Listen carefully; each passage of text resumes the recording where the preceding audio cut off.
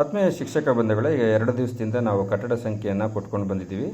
ಏರಿಯಾವನ್ನು ಚಿರಪರಿಚಿತ ಮಾಡಿಕೊಂಡು ವಾಯು ದಿಕ್ಕಿನಿಂದ ಕಟ್ಟಡ ಸಂಖ್ಯೆಯನ್ನು ಕೊಟ್ಕೊಂಡು ಬಂದಿದ್ದೀವಿ. ಈಗ ನಾವು ಮ್ಯಾಪನ್ನು ಮಾಡಬೇಕಾಗಿರುತ್ತೆ. ಮ್ಯಾಪ್ಗೆ ಸಂಬಂಧಪಟ್ಟಂತೆ ನಾವು ಏನು ಮಾಡಿದ್ದೀವಿ, ಒಂದು ಕಾಲಮಲ್ಲಿ ಮಾಹಿತಿಯನ್ನು ತುಂಬಿಕೊಂಡಿದ್ದೀವಿ. ಕ್ರಮ ಸಂಖ್ಯೆ, ಕಟ್ಟಡದ ಸಂಖ್ಯೆ, ಕಟ್ಟಡದ ಬಗೆ, ಪಕ್ಕ ಅಥವಾ ಕಚ್ಚಾ, ಮತ್ತು ಅದು ವಾಸ ಅಥವಾ ವಾಸೇತರ ಅಥವಾ ಜನಗಣತಿಯ ಸಂಖ್ಯೆಯನ್ನು ಎಷ್ಟು ಮಾಡಬೇಕು ಅಂತ. ಸೊ ವಾಯುವ್ಯ ದಿಕ್ಕಿನಿಂದ ನಾವು ಪ್ರಾರಂಭಿಸಿ. ಸೊ ನಾವೊಂದು ರಸ್ತೆಯನ್ನು ಹಾಕ್ಕೊಳ್ತೀನಿ. ನನಗೆ ಉದಾಹರಣೆಗೆ ಒಂದು ರಸ್ತೆಯನ್ನು ಹಾಕ್ಕೊಳ್ತೀನಿ. ಈ ರಸ್ತೆಯನ್ನು ಹಾಕ್ಕೊಂಡು ಇಲ್ಲಿ ಒಂದು ಕಟ್ಟಡ ಸಂಖ್ಯೆ 1 ಅಂತ ಕೊಟ್ಕೊಳ್ತೀನಿ.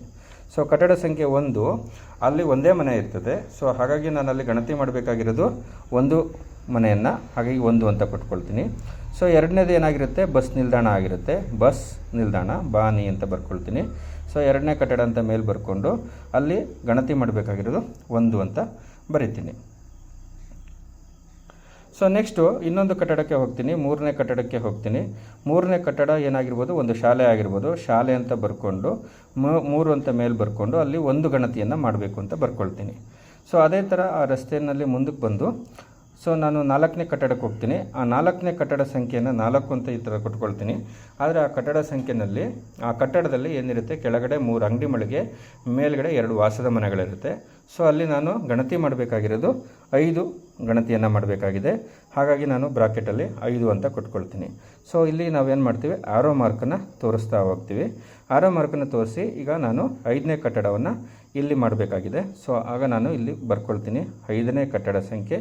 5ನೇ ಕಟ್ಟಡ ಸಂಖ್ಯೆ ನನಗೊಂದು ವಾಟರ್ ಟ್ಯಾಂಕ್ ಆಗಿರ್ಬೋದು.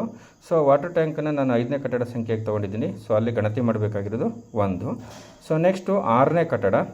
6ನೇ ಕಟ್ಟಡ ಒಂದು ಮನೆ ಆಗಿರ್ಬೋದು. ಆ ಮನೆಯಲ್ಲಿ ಕೆಳಗಡೆ ಒಂದು ಮನೆ, ಮೇಲ್ಗಡೆ ಒಂದು ಮನೆ ಇರುತ್ತೆ ಆ ಬಿಲ್ಡಿಂಗಲ್ಲಿ. ಸೊ 2 ಮನೆ ಇರೋದ್ರಿಂದ, ಒಂದೇ ಬಿಲ್ಡಿಂಗ್ನಲ್ಲಿ 2 ಮನೆ ಇರೋದ್ರಿಂದ ಸೊ 2 ಗಣತಿಯನ್ನು ನಾನು ಅಲ್ಲಿ ಮಾಡ್ತಾಯಿದ್ದೀನಿ. ಸೊ 3ನೇದಾಗಿ ಒಂದು ಪೆಟ್ರೋಲ್ ಬಂಕ್ ಇರ್ಬೋದು. ಸೊ ಪೆಟ್ರೋಲ್ ಬಂಕ್ ಇದ್ದರೆ ಅದನ್ನು ನಾನು 7ನೇ ಕಟ್ಟಡ ಅಂತ ತೊಗೊಂಡಿರ್ತೀನಿ. 7ನೇ ಕಟ್ಟಡದಲ್ಲಿ ಪೆಟ್ರೋಲ್ ಬಂಕನ್ನು ಒಂದು ಗಣತಿಯನ್ನು ಮಾಡಬೇಕಾಗಿರುತ್ತೆ, ಒಂದು ಗಣತಿ ಅಂತ ಮಾಡ್ತೀನಿ. ಸೊ ಈ ರೀತಿಯಲ್ಲಿ ನಾನು ಆರೋ ಮಾರ್ಕ್ ಕೊಟ್ಕೊಳ್ತಾ ಹೋಗ್ತೀನಿ. ಸೊ ಉದಾಹರಣೆಗೆ ಇನ್ನೊಂದು ಕಟ್ಟಡ, 8ನೇ ಕಟ್ಟಡ. ಸೊ ಅಲ್ಲಿ ಏನಾಗಿದೆ ಅಂತಂದರೆ ಅದರಲ್ಲಿ ಕೆಳಗಡೆ 2 ಮನೆ, ಮೇಲ್ಗಡೆ 2 ಮನೆ, ಅದ್ರ ಮೇಲ್ಗಡೆ 1 ಮನೆ ಅಂತ ಇರುತ್ತೆ. ಸೊ ಒಟ್ಟು 5 ಮನೆಗಳಿರ್ತವೆ ಆ ಕಟ್ಟಡದಲ್ಲಿ. ಅಲ್ಲಿ ನಾನು ಗಣತಿ ಮಾಡಬೇಕಾಗಿರೋದು 5 ಅಂತ ಕೊಟ್ಕೊಳ್ತೀನಿ. ಸೊ 9ನೇ ಕಟ್ಟಡಕ್ಕೆ ಹೋಗ್ತೀನಿ. ಆ ಕಟ್ಟಡದಲ್ಲಿ ಅದು ಒಂದು ವಾಸದ ಮನೆ ಆಗಿರುತ್ತೆ, ಆದರೆ ಯಾರೂ ಕೂಡ ವಾಸ ಇರಲ್ಲ. ಹಾಗಂತ ನಾನು ಅದನ್ನು ಬಿಡೋ ಆಗಿಲ್ಲ. ಕಟ್ಟಡ ಸಂಖ್ಯೆಯನ್ನು ಹಾಕಿರ್ತೀನಿ 9 ಅಂತ. ಸೊ ಅಲ್ಲಿ ಗಣತಿ ಮಾಡಬೇಕಾಗಿರೋದು 1 ಅಂತ ಕೊಡ್ತೀನಿ. ಆ್ಯಪಲ್ಲಿ ಗಣತಿ ಮಾಡಬೇಕಾದ್ರೆ ಅದನ್ನು ಯಾವ ಆಪ್ಷನ್ ಬಳಸಬೇಕು ಅನ್ನೋದನ್ನು ನೆಕ್ಸ್ಟ್ ವೀಡಿಯೋದಲ್ಲಿ ಹೇಳ್ಕೊಡ್ತೀನಿ.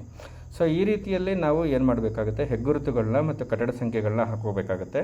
ಸೊ ಈಗ 10ನೇ ಕಟ್ಟಡದಲ್ಲಿ ಕೆಳಗಡೆ 4 ಅಂಗಡಿ ಮಳಿಗೆ, ಅದರ ಮೇಲ್ಗಡೆ 2 ಮನೆಗಳಿದೆ ಅಂತ ಅಂದ್ಬಿಟ್ಟು ಅಲ್ಲಿ ನಾವು 4 ಚಿತ್ರಗಳನ್ನ ಇದರಲ್ಲಿ ಬಿಡಿಸ್ಬೇಕಾಗಿಲ್ಲ. ಕಟ್ಟಡ ಸಂಖ್ಯೆಯನ್ನು ಇಡೀ ಬಿಲ್ಡಿಂಗಿಗೆ ಹಾಕಿರ್ತೀವಿ 10 ಅಂತ. ಸೊ ಅಲ್ಲಿ ಕೆಳಗಡೆ 4 ಅಂಗಡಿ ಮಳಿಗೆ ಇರ್ತವೆ, ಮೇಲ್ಗಡೆ 2 ಮನೆಗಳಿರ್ತವೆ.